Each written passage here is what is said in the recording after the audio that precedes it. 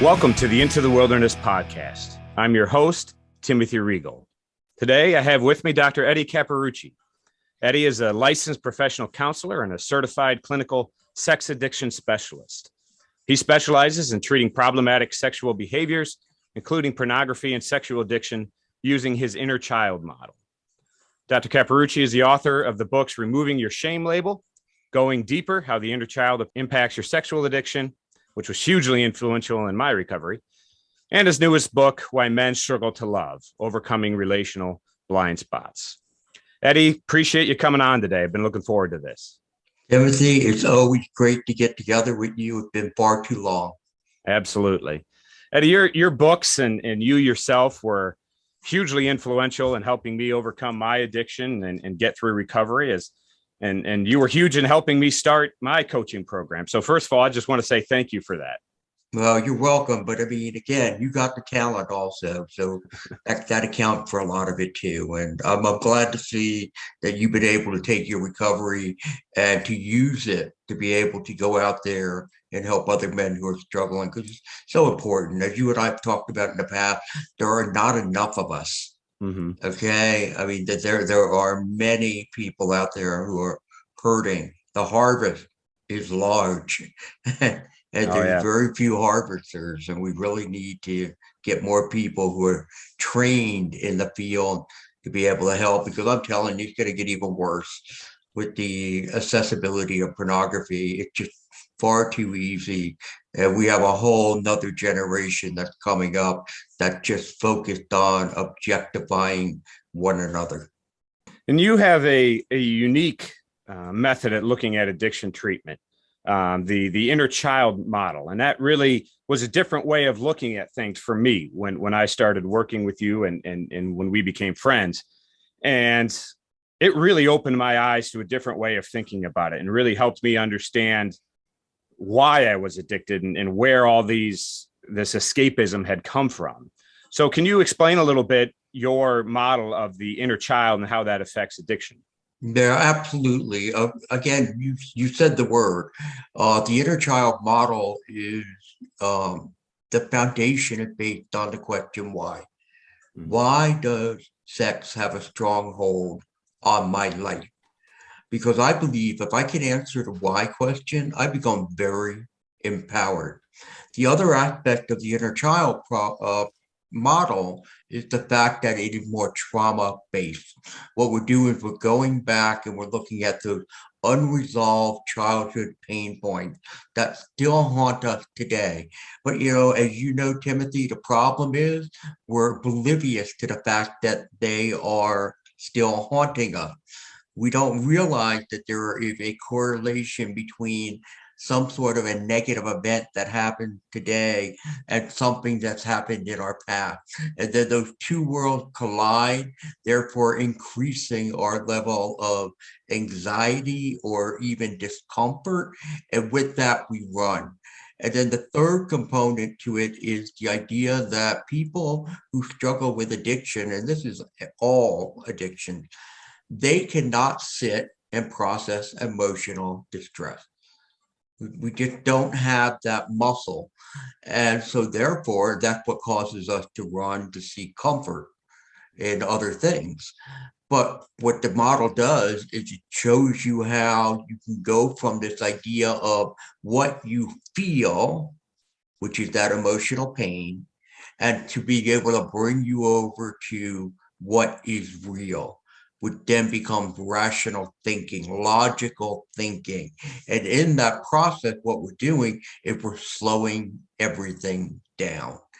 And that's what allows us, instead of running, now I get an opportunity to breathe and now hopefully make a good, healthy decision.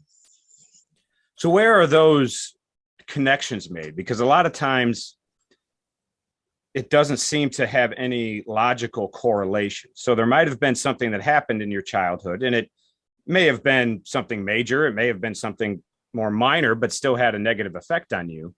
And then you fast forward 15, 20 years. How does that connection get made? Because something that happens now that causes you to act out doesn't necessarily have anything to do with this trauma or this wound that you had as a child. So where are those connections made? That's absolutely correct. You're right. And those connections are made through self-reflection, which means, and basically, it's the idea that after, let's say, you've got off and you've acted out, as opposed to after you're done going into that shame cycle. Instead, it becomes more of a learning cycle. All right, what happened? Everything was going well. I've gone 6, 7 days without acting out. What happened today? Why today? And being able to start to look back and find out what happened in my life from a standpoint of negative events. And as you said, they don't have to be major negative events, but also the fact is, okay, what moods was I experiencing? What thoughts were I thinking about? And then being able to tie them back. So for example, let's say that, you felt somewhat dismissed because your boss didn't pay attention to you today. And for you to sit there and think about it and say, okay, dismiss. Yeah, I hate that emotion. In fact, it really bothers me a lot. What is that about? And then try to go back and look at the cast of characters: mom, dad, sibling, peers, other people in authority. Were there times when you may have felt dismissed? And it could be, wow, you know what? My father was always dismissing me. It was always like I start to open up my mouth and he'd talk over me, or, I try to give him, I try to tell him what I think, and he always told me I was wrong. And so therefore today, when my boss seemed to dismiss me, that's what's causing all this initial anxiety in me. But as you know, what I did with the inner child model is I created 9 different inner children. And those children all represent what I found to be, over the years in my research, to be some of the major emotional triggers that we will suffer based on unresolved childhood pain points. So yeah, I'm glad you brought up the 9 different types of children. That to me was very eye-opening and helped to understand things, because you can say, oh, there was this problem, or was this event, or was this wound, but to actually kind of wrap that around kind of almost a caricature type of thing, you could really identify with that. And I found myself, as I'm sure a lot of other people do who go through your book, and that they had bits and pieces. There might have been one major one, but they felt parts of maybe 2 or 3 different ones, and maybe there was some that didn't apply at all. But yes, there was some bleed through in there. So yeah, explain those different types of child a little bit. Absolutely. Most people resonate between 4 and 6 of the kids. To your point, usually there are 2 or 3 that rise to the top, and then they may find a little bit of themselves in somebody else. So I'll just briefly run through them, and I'll give you a quick little line about each. So we have the bored child. The bored child, they're raised in an environment that offers very little in the way of positive interaction. Okay, even if they're surrounded by people, they felt like they were very isolated and alone. So therefore, they have to entertain themselves a lot. They're in their head often. They love fantasy. And we're not talking about sexual fantasy when they start off. They're just talking about fantasy in general. And it just continues to escalate as they get older once they stumble across sex. The unaffirmed child, these are the kids who grew up in an environment where they got little in the way of praise, or they received a lot of criticism. So what happens with them? They wind up having low self-worth. The unnoticed child. Now, these were folks who felt like they never belonged. They were the ones who always had to chase after someone. They would go outside with a bunch of kids would be out there to play. And then one of the kids would say, hey, come on, you and Bobby, come over to my house. And they would leave and you'd be there by yourself. The emotional avoided child, that's the number one kid. This is the kid most people pick uh, to say that, yes, this is one of my children. Emotionally voided child, they have a very difficult time emotionally bonding and connecting with other people because they got the message somewhere along the way that sharing and having emotions was not healthy.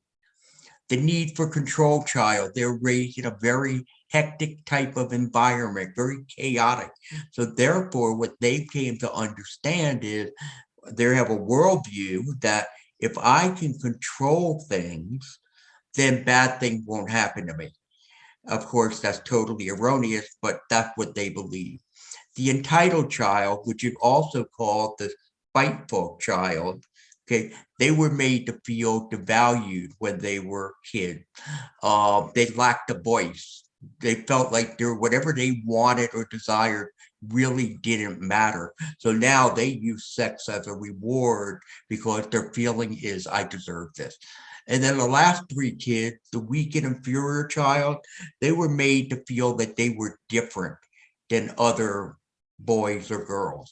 And they're usually that was done by either their parent, their sibling, their peers, and it made them just feel that they didn't measure up. The stressed child, again, this is another child who grew up in a rather chaotic environment. It could have been at home, could have been at school, could have been in the neighborhood, but there was a lot of sense of anxiety that was produced, whether it be through neglect or trauma. And then what happens is over time, they learn to desensitize themselves from it. So they almost feel like they don't have that much in the way of stress. But as adults, they use sex as a stress buster.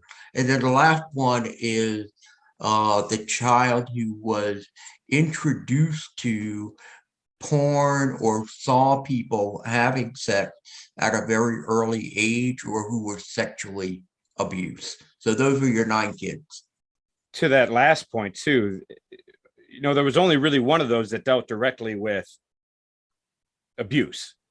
And so many men think, oh, well, I had a decent child. My parents weren't perfect, but I had a good home and there was no major trauma. I was never sexually or physically abused. My parents didn't divorce. I wasn't orphaned or anything like that. And they think, well, there's nothing there. And that's kind of what I thought too. I mean, I grew up in a good Christian home, very loving parents, and they didn't necessarily do anything wrong. It's not really anything that's anybody's fault. It's just things that you go through. Right. It's just different personalities that your parents have, or your siblings or peers or whoever, and different things that happen when you're a teenager. And so Yeah. it's not, guys are always looking for this huge, smoking gun that's going to be, oh, that's what caused all this. And a lot of times it's not that. It's some of these more subtle things. Right. It's not, I look at it this way, Timothy. One, there's the things that we get when we're a child that we should not have gotten. That falls into the abuse camp. Okay. I'm abused. I should not have been abused. But then there's another camp, and that camp is the things I should have gotten that I never got. Mm-hmm. Okay, and that's a lot of what if you look at these 9 kids where I don't get attention, I don't get affirmation. Okay, I'm raised in a home that people are not engaging with me on a regular basis. No one challenging me to explore and find out what's outside my world. So therefore, again, I stay in my own head. And that, all those things can be just as troubling and hurtful as someone who's been actually going through and suffering various types of traumas. So we understand what kind of the different children are and what kind of causes those core emotional triggers that lead us to that. And that's something that's hard for people to understand, that it's not when they act out now, it goes deeper than just what they generally think of as a surface level trigger. And I like that term that you use, core emotional trigger. So it's not necessarily just seeing a hot girl on social media, or just a bad day at work, or just stress or overall anxiety or things like that. Those are kind of the surface level triggers, which are maybe kind of the straw that breaks the camel's back. but it's not that why. And that's what's hard for men to understand is it goes deeper than that. I'll work with guys and they'll be like, oh, I relapsed today. And it's okay, well, what happened? Oh, I was stressed and bored and I had a bad day at work. Well, no, it needs to go deeper than that. So how do they do that? How do they peel back those layers and go back in time and trace their steps back to get to that core emotional trigger? Yeah. Well, first and foremost, what we have to do, Timothy, as you know, we have to identify what are those core emotional triggers. Okay, Sure. that's really important. So each of the kids that I had created, they all come with their own unique core emotional triggers. Now, there's some that overlap here and there, but for example, we're looking at things like I'm a disappointment, I'm always wrong, I'm not important. I have no purpose. Life lacked purpose. That's just a handful of those. I'm unlovable. There are hundreds of core emotional triggers. So what we do is based on the child that the client that we're working with selects. We then go in and say, okay, so for this kid, these are the core emotional triggers that have been identified. Which ones of those sting you the most? Okay, so for example, in fact, got my book over here. I'll pull one out. So let's say the emotionally voided child. Right now, there's listed there are 5 of them here. Now there could be more. And in fact, many times clients actually come in and say, you know what, I see 1 or 2, but I really think there's another one. And that's great.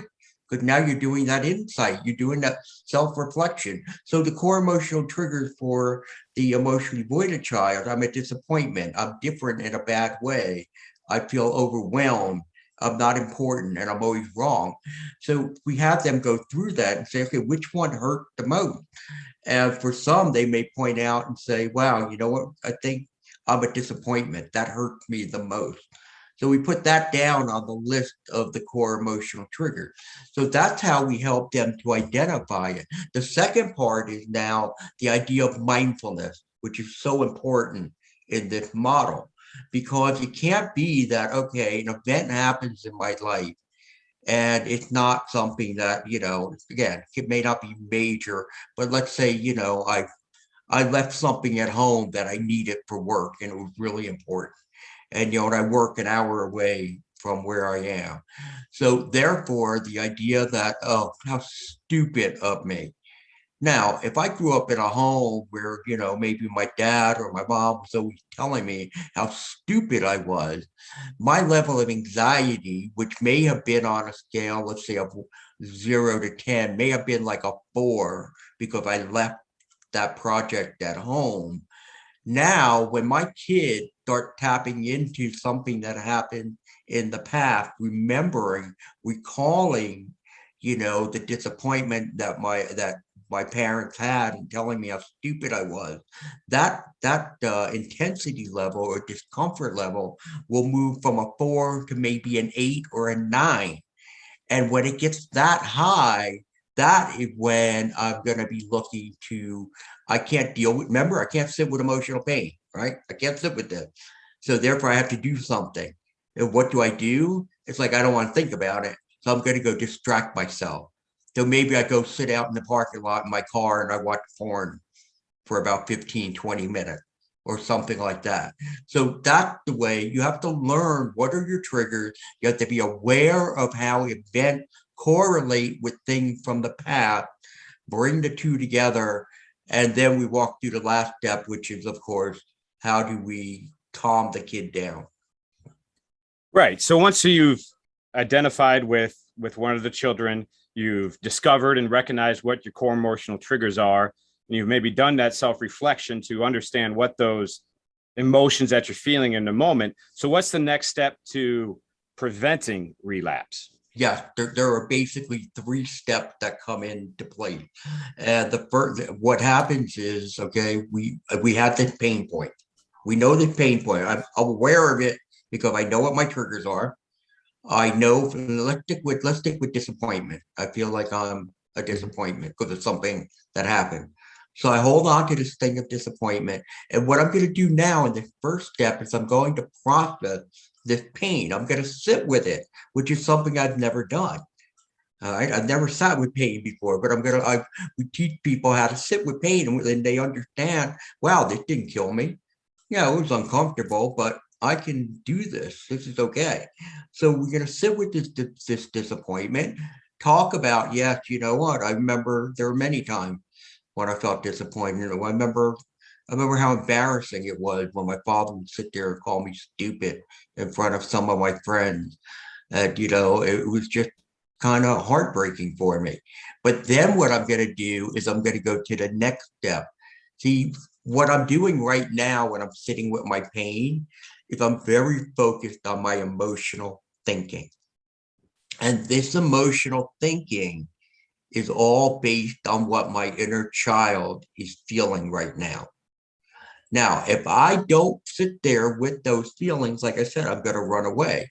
But what I need to do is I need to move away from these after sitting with them for a period of time. And again, it could just be a few minutes. And what I'm going to do is I'm going to move over to rational thinking or wise mind. And what I tell clients is what you feel, which again is pre-adolescent thinking or adolescent thinking, what you feel versus what is real are usually two very different things.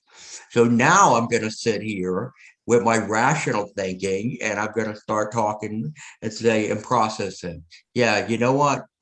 It was very disappointing that I left that work at home. I should have slowed down. I shouldn't have, ran out as quickly as I did. You know what? It's a lesson learned, but that doesn't mean I'm stupid. Okay. And it doesn't mean I'm a disappointment to other people. It's just that I made a hasty decision in just running without checking on everything. That's all. You know what? I'll bring it in tomorrow. Everything will be fine. It's not a life and death situation. And that then brings us to the last step, which is I now make a healthy decision. So therefore, I go to my supervisor and I say, look, I know I'm supposed to have this for you today. However, I left it at home. If you want, I can sit with you and maybe give you a top line of what it's about. But what I'll do is when I get home tonight, I will email that presentation to you and I'll make sure I bring it in tomorrow. No, that's I think the hardest part. Absolutely. Is making those decisions. I've been in those situations personally, and when I was in my addiction, where, yeah, I knew what was happening, I knew what was wrong, I knew what I needed to do, but I didn't do it. I had accountability. Part of that is you don't slow down. That's a big part True. of it. We don't slow down, and that's why moving from the adolescent thinking to the rational thinking gives you that time to do that. Because again, remember, if way back when there used to be, we did a lot of behavior modification in this industry before I started doing this trauma work. There used to be something like the 15-minute rule. So it's like, okay, I feel like I want to go look at porn. No. Take 15 minutes and go do something else. And sometimes it was very effective. It worked, right? Because you go do something else, and before you know it, you did something else after that and something else. And then it's like, I don't even want to go do that. So, but no, you're absolutely right. It is the most difficult part. Something that we hear a lot about in addiction circles and a lot of things is shame. Your first book was Removing Your Shame Label, speaks on the damaging effect shame can have on us, and especially in addiction. Why does shame and how does shame play such a powerful role in our addictive behavior? Well, shame is probably the most disabling emotion that we have. Because again, what that's about is about us, how we feel about us, not of how we feel about what we did. So therefore, instead of I did a bad thing, I'm bad. Okay, not a typical description of what shame is. But when we're looking at us and we're saying that, our character is defective, that is tremendous, because then it's almost like, well, what do I do with that? How do I fix How do I fix my character? It's who I am, which is not the case. It's not who you are. Okay, I believe what we are all products of our environment. That there are many of the things that have happened that have hardwired us the way we are. So therefore, all of it can be rewired. It may not be it may not look like wiring that was done in a newly installated, type of brain. But boy, we can straighten out a lot of those wires by opening up new neural pathways and closing down others. But shame, this is the thing about, I don't know if you know this part about the inner children, how they came to be. When I first started all of this, what I came up with was the 9 reasons why men abuse sex. That's what it was. They were all reasons, rationales for it. But then, because of the shame factor, I realized, I said, you know what? Shame, I believe, I don't know what you think, but I think it's the biggest deterrent to helping people wind up getting through their addiction. I really do. And so I said, you know what can I do to soften that shame? And I took an idea from someone else. It was not my own idea. It was something that I read in a book, years ago, where what he did was he externalized the addiction. So therefore, he said, it's not you that is the addict, which I believe, actually. I don't believe we should be calling ourselves addicts. I think what we should be saying, if I have an addictive brain. But that's what we have. We have addictive brains. But anyway, he externalized the addict and said, you know what? Talk to your addict. Talk to him and tell him, look, you know what? No, we're not doing this. We're not going that way. Now, some of his methods, and I have to go get the book again, so I can figure out, I remember his name and give him credit. But some of his techniques I wasn't a big fan of. Like, for example, he'd say, go into a bookstore, an adult bookstore, and then confront your addict there. And I'm like, why am I going to do that? That's like taking a kid and bringing them into a candy store and say, don't touch anything. Playing with matches. Yeah. I mean, so I think that would go a little to the extreme, but that's what I did. So what I did was I said, you know what? I'm going to use our inner child, and the inner child will represent our addiction. And it was so amazing to watch these men when they saw that. I can literally remember one saying, I can fix him. You know what? I can do that. I can comfort him. I can nurture him. I could do with him what my mom never did for me. That would be great. And he had wonderful success with it. And most men, they do have great success with it because, again, I've taken it away from them. Mm-hmm. Yes, they're still accountable for their behaviors. Okay, right. We're not giving no pass. Nobody gets a pass. Okay, you're still accountable for what you did. However, I learned to manage the child. And in learning to manage the child, I stay one step ahead of the addiction. Because let's face it, all right, Timothy, it's not going away. The disorder is not going to ever be gone. What we do if we learn to control it and to manage it. And it's the same thing with our inner child. The kid's not going away. He's locked in that time warp between the age of like 4 and 14, where he's surrounded by all the different things that happened that were troubling to him. That what we have to do is just learn to soothe him, to say, you know what, I understand you're upset, but I got it. We don't have to keep using your old coping mechanism, because that's all it was. It was a coping mechanism to run away from pain. We don't have to use that anymore. I can face the pain.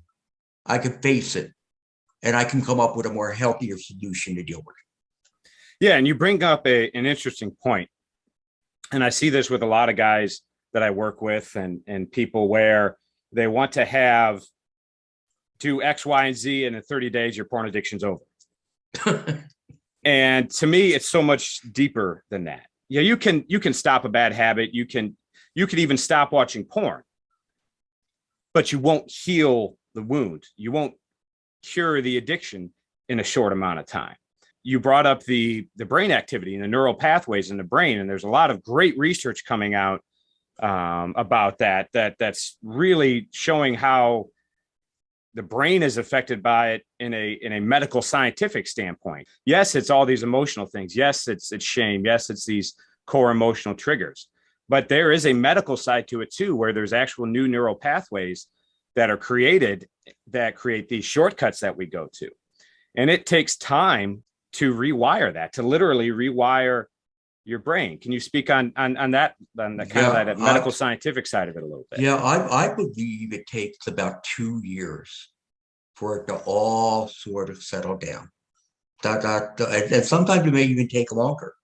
But what we're trying to do, okay, for folks who may not understand our neural pathways are developed, and basically what they are it's an idea or a worldview of how we think. Okay, that's what it is. So we have millions of these. Okay, and one may be, I can't deal with discomfort. And the discomfort could be boredom. I can't deal with boredom. I can't deal with criticism. I can't deal with people who are overweight. There are people who have those. I can't stop smoking. I just need this. Okay, again, that's the message that they have ingrained in their brain, that neural pathway. It's like, I can't stop smoking. Okay, so that they're not going to stop smoking. Right. Until we start to show them, wait a second, what you're doing, what you're saying, that message is wrong. You can stop. Yes, it may be difficult, may be trying, but you can. So what we do then through various different behavior, I don't deal with people who have smoking issues or things like that, but behavioralists, what they'll do is they'll come up with the different techniques to help people stop smoking. So therefore closing down that old neural pathway, I can't stop smoking, and opening up a new one that says, oh, I don't need to smoke anymore. I'm okay. And it's the same thing when it comes to a porn or sex addiction. And that is the idea, because, let's think about it. We go back to SA, Sex Anonymous, and what do they say? What are the, things that addicts believe is, I need sex. I need it. Well, sex isn't really a need. Sex is a desire that God has given us. Okay, he gave it to us for two reasons. One, procreation of children, but also to help to support emotional intimacy.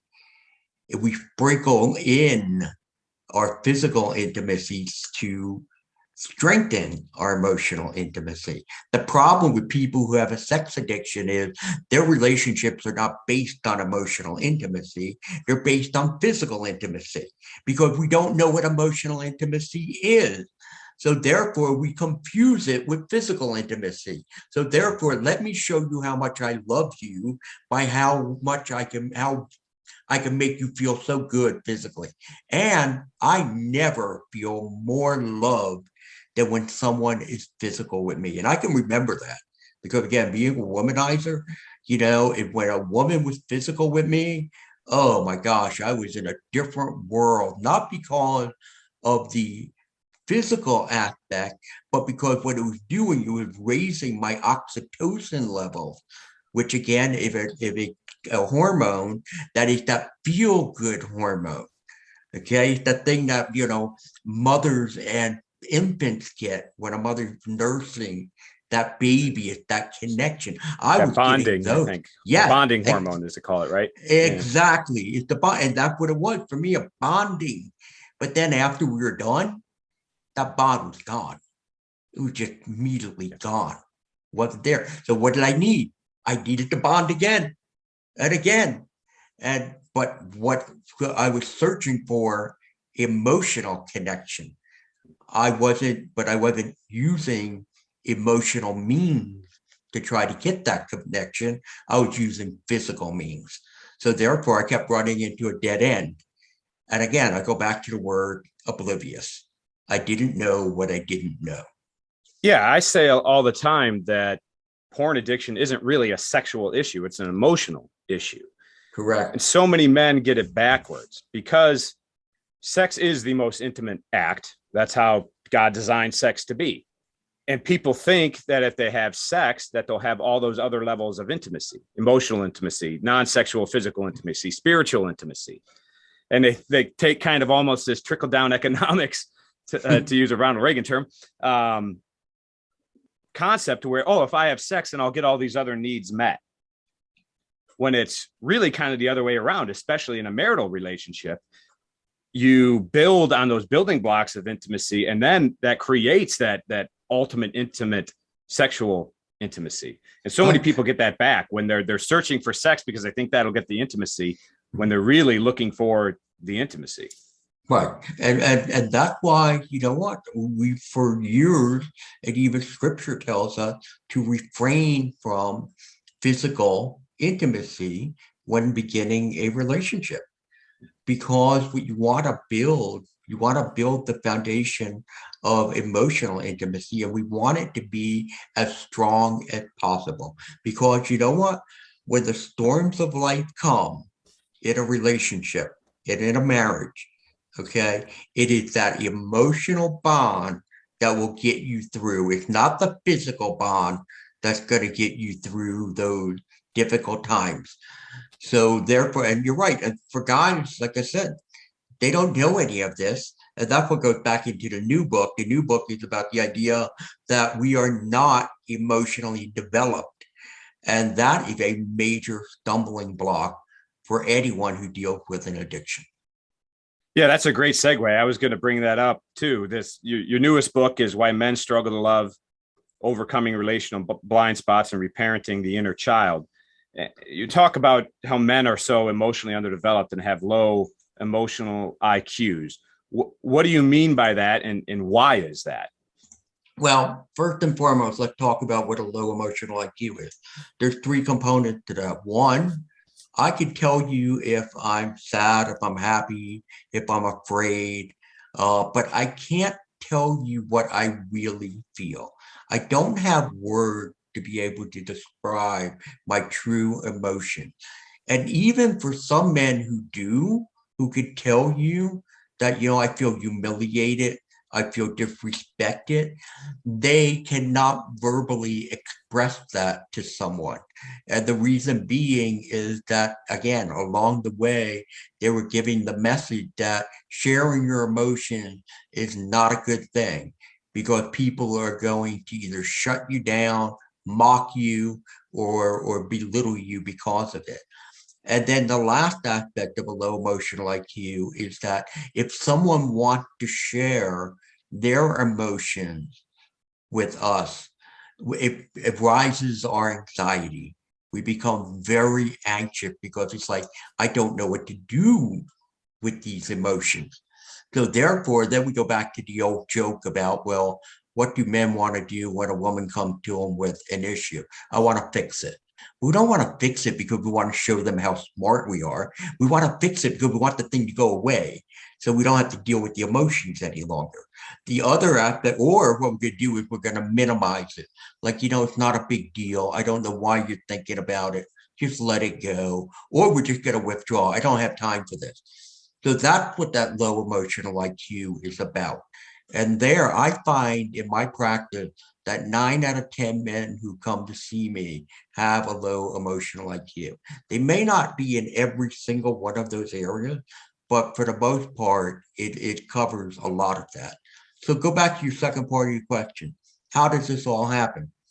Well, in our early stages of childhood development, our parents or caregivers are supposed to give us the guidance and direction so that we can learn how to be emotionally engaging with other people. And that covers many different areas, but I'll just give you a highlight of a few for the sake of time. For example, trust. I learned how to trust people. How do I learn to trust people? Well, one of the ways I learn is if I wander off that I know if I turn around, if I wander off to explore, if I turn back, I know my parents are there for me. They're waiting for me. So that helped me build trust in one area. The other thing is they teach us how to emotionally regulate. Kids, think about it. As a child, you don't know what emotions are. Mhm. So all of a sudden, all the different emotions are coming at you from all different areas because of the different stimuli that you're having and experiences in your world. And for many kids, it's very overwhelming. So parents are supposed to teach them, one, how to put words to those emotions, and two, how to be able to regulate themselves. The other one is empathy. I mean, Timothy, how often do you hear the spouse talk about the fact he has no empathy? Mhm. All right, it is all the time. And so therefore it becomes that idea of what is empathy? Empathy is I can relate to what you're feeling and what you're going through. I could put myself in your shoes and understand what that is. And the idea of attunement. With attunement, I can pick up the fact that other people's mood may be off. I can start to read people. That's what we call it, reading. And then finally, the last one, although there's others, but the last one I'm going to talk about is one I have already. That idea of sitting with emotional distress. That I'm not taught how to do that. So I'll give you let's do a quick example. Let's say, you were playing with one of your kids, one of your friends, and he took your Nerf gun, and he broke it. So you go home to tell your dad, and you're like, 8 years old, and you're upset, and you're like, Dad, Charlie, he broke my Nerf gun. And your father looks at you and says, what the hell is wrong with you? What did I tell you? Didn't I tell you never to let your friends play with your toys? You know what? You know how much that toy cost me? You were one of the most irresponsible little boys I've ever met. You know what? You disgust me. Get out of my face. And he sends you to your room. So now you're sitting there. You have your original emotional pain of the fact that my toy is broken. Now I have the sense that my dad is disappointed with me and that it's my fault that all of this happened. So what do I do with this? Well, not having a lot of worldly experiences and not, being more emotionally based than cognitively based in my thinking, I come up with one coping mechanism. And it's a wonderful coping mechanism for a young child. I won't think about it. I won't think about it. Well, how do we do that? Too much food, too much TV, too much video game, too much fantasy in his own head. And you take that coping mechanism and we bring it into our teen world and we bring it into our adult worlds. And it stays with us. So now I never sit with that pain. So see, it is in those early stages, if I do not get what I need from my parents to learn how to emotionally bond and connect, I'm going to wind up being emotionally distant or emotionally, unavailable. How much does society kind of play a role in this? Because you think of kind of the archetypal masculine man that, they don't show any emotions and are very stoic and they're just strong and they're a rock through everything. And I do think there is an example of that, which is good. Men are supposed to be the strength for their families, but I think it's gone too far the other way where men aren't even able to be emotional. I think one of the examples from scripture I use all the time, and I think because he's one of the few people who dealt with sexual issues in the Bible, is King David. And nobody questions his masculinity because he was this mighty warrior and he was obviously very sexual with Bathsheba and conquered things and but he was also very emotional. And I think people look at all those masculine qualities of leadership, of virility, of all these things and don't think it's masculine to not just not show emotion, but it's not masculine to have emotion. So what does that kind of societal worldview play into this? Oh, it definitely has an impact, Timothy. There's no doubt about it. But I mean, since like the 1960s and forward, you wouldn't remember all that time. But society's really changed a great deal, especially for women. Women, not that, oh, you need to stay home, you need to make sure you look pretty when he comes home. Women have had more of a voice in the world and in business and in politics, which is wonderful. That's what they needed, to be treated as equal people. So for them, they now have, they're kind of like the best of both worlds. It's like they can be seen as leaders, they can be seen as inspirational, but yet we also know that they have an emotional side to them. And that's fine. We don't do that. For men, we're still kind of stuck in that other primitive mindset that, and although we've seen it try to trend, and I think sometimes the trend becomes too far where we're looking to do the feminizing of men, of the male, which I think that is totally wrong. But I do think there's more of a balance that has to be delivered in our society and in our families. However, I think there are many men, fathers, who are fearful that if I do not instill in my son this sense of toughness, that he will be walked all over by other men. And I think it's their own insecurities and fears that keep them from creating young boys who are well balanced. They feel comfortable in their masculinity, but yet at the same time, they can share and be emotional. In your book, you refer to these 14 different blind spots. And what are those blind spots, and how are these things that men deal with? Yeah, blind spots are the factors or characteristics that prevent us from having a healthy relationship with other people. And as I said, I identified 14 in my research with these emotionally undeveloped men that I have worked with, as well as, again, myself, because I was an emotionally undeveloped man at one time. I'm not even fully emotionally developed. I never will. If I tell people, a wife comes in, I go, your husband's on this end of the spectrum. You want me to move him all the way over here? That's not going to happen. I might get them, over here, but yet that's going to look like night and day to you. So those blind spots, again, those are the barriers that prevent men from being able to emotionally connect. Like, for example, the lack of curiosity. And that doesn't mean lack of curiosity that you're not curious in sports or politics or music. You could be very curious about all those. We're talking about relationships. So therefore, you don't probe, you don't ask deeper questions. Your wife comes in, she's all excited about something, and she tells you, what happened, and you're like, oh, that's nice. Versus, oh, tell me more. Or how did that happen? How did you get that opportunity? There's none of that goes on. And that is part of, again, we go back to early childhood development, where a parent does not encourage a child to look outward, to explore, to be inquisitive about things. Okay, they're just not pushed that in that direction. Another blind spot would be one we talked about, avoiding emotional pain. Could be the idea of hypersensitive. They're very hypersensitive to criticism. They're very hypersensitive to rejection, or they're very hypersensitive to being falsely accused.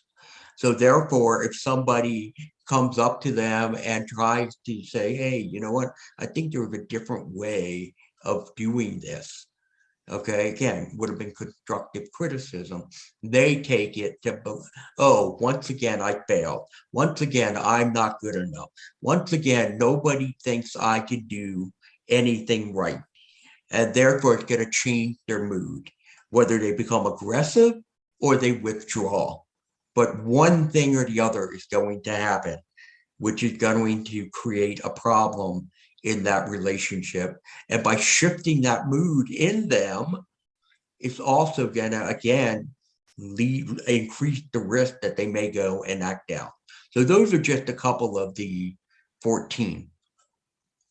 especially in regards to addictive behaviors, is it the emotionally undeveloped causes the addictive behaviors, or the addictive behaviors lead us to be emotionally underdeveloped? Can it be kind of a cycle almost? Yeah, no, I believe it being emotionally undeveloped that leads us toward that. But that's only part of it. Go back again to I think there's three segments. One, there is the unresolved childhood pain points that we talked about, whether Right. abuse or neglect. Two, and again, I keep bringing it up, but the reason I keep bringing it up because it is so important, and I think it's so overlooked, the inability to sit with emotional distress or discomfort. That's number two. And then number three is being emotionally undeveloped. Those three elements, because what do all of those, if you combine them all together, Timothy, what do you have? You have a very compulsive individual who can't relate emotionally to anything. So he's going to try to find the quick fix. How can I not think about this? Just like that kid who didn't want to think about his Nerf gun being broken, didn't want to think about his dad being disappointed. He comes home now, he doesn't want to think about the fact that his wife is so annoyed because he didn't mow the lawn. Okay, and he's getting, just chewed out about it. You never do anything around this house. You're always so lazy, and you just finished working a 12-hour shift. And he feels like I can't get any break. I feel like nobody cares. And now he's tying in with the entitled child. So therefore, it's like, you know what? Fine. You know what? I'm going for a ride. He goes off and maybe hits a massage parlor or an adult bookstore just to get away from life in general. But to answer your question again, yes, no, it is that emotionally undeveloped man that winds up ultimately being one of the factors that lead to the addictive behaviors. What can someone do to develop that emotional maturity? There's a lot of factors that can be in play. In the book, if I talk about those 14 blind spots, one thing we have to do is learn to soften them. And I say soften because they're not going away. Just like, anything else that we have developed within us, that neural pathway may get smaller, but it's still there. So therefore, what we need to do is to be able to train ourselves. For example, with empathy, one thing we're going to do is we're going to take the time to think about, okay, this person's struggling. Let's take with our wives struggling with the betrayal. Okay, well, you know what? I don't really know what that's like. I've never been betrayed before. It's just hard. I don't understand why she can't just forgive me and let's just move on. Well, you know what? What happens if I say, hey, you know what? What if we turn the tables? What if, you found out that she was the one, that she had done this to you? Can you imagine? And think about the details that you were telling her about. Imagine if you heard those details about her. And the first thing you're going to get is, oh, you know what? I'd be out of here. Yeah, you're back in your addictive behavior again. You're just running it away. I don't want you to run away. I want you to sit there with it. I want you to sit with it. Sit with the fact of listening to her tell you all the stuff that she did with another man. And you won't believe how many men wind up breaking down and crying at that moment, because they're starting to develop a sense of empathy. And we could do that with all of them. The other thing, like the one blind spot they called hide and lie. You people they try to blend in with the background, and they've come to understand that, you know what, I'd rather lie and take a chance that I don't get caught, because I found out in the past that if I lie, I get in as much trouble as if I tell the truth. So with them, we need them to be able to talking to their inner child. Now you can see how the two things are all connecting. Talking to their inner child about, hey, you know what? That was back then. That was back then. Okay. Nobody gave us a break when we told the truth. But you know what? We're gonna start telling the truth now, because it's the right thing to do. It's the right thing. So see, I'm in that step.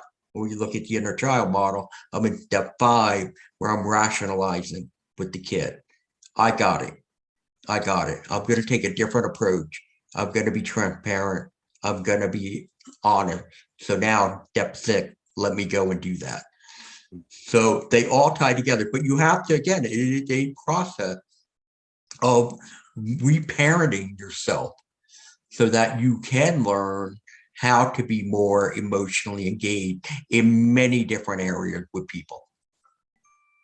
Well, Eddie, this has been a credible conversation. And if someone's listening to this and identifying with the things you're saying, they feel like they're emotionally underdeveloped. Maybe they're dealing with addictive behaviors, porn addiction, sex addiction, different things like that.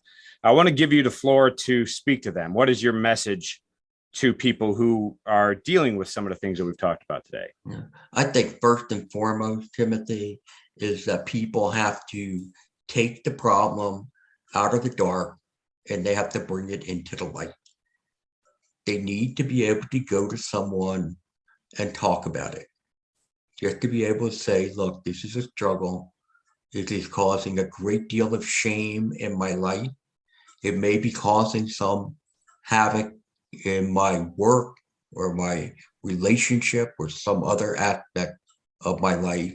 You need to take it and bring it out there. There are so many resources that are available to help men and women overcome this disorder. And what I mean by overcome is learning to manage it. But you have to take the first step. Eddie, where can people go to learn more about you, to find your books and to work with you and find out more about what you do? All my books are available exclusively on Amazon. So if they just go in and type in Capparucci, they'll be able to find that. If they want to learn more about the inner child, they can go to www.innerchild-sexaddiction.com. Again, that's innerchild-sexaddiction.com. To learn more about the emotionally undeveloped man and why men struggle to love, they can go to www.strugglingmen.org. Again, that's www.strugglingmen.org. If they want to reach out to me personally, my email is edcappa, EDCAPPA @gmail.com. I am not taking new clients at this time. However, just like with Timothy, we have trained many people on the inner child model. And so therefore we have the network of people that we can refer to. And so therefore, if you reach out to me and I answer every email, I answer every phone call, I will make sure that you are set up with somebody who will be able to help you. Well, Eddie, thanks for coming on the show today. Thanks for what you're doing, what you do. It's great work. You've helped me personally a lot, and I know you've helped a lot of other people. So appreciate that, and thanks for coming on the show. Well, thank you for having me, and thank you also for the work you're doing too. This has been an episode of the Into the Wilderness podcast. This is Timothy Regal. Thank you for listening. For additional content and to learn more about Into the Wilderness, visit www.intothewildernessblog.com.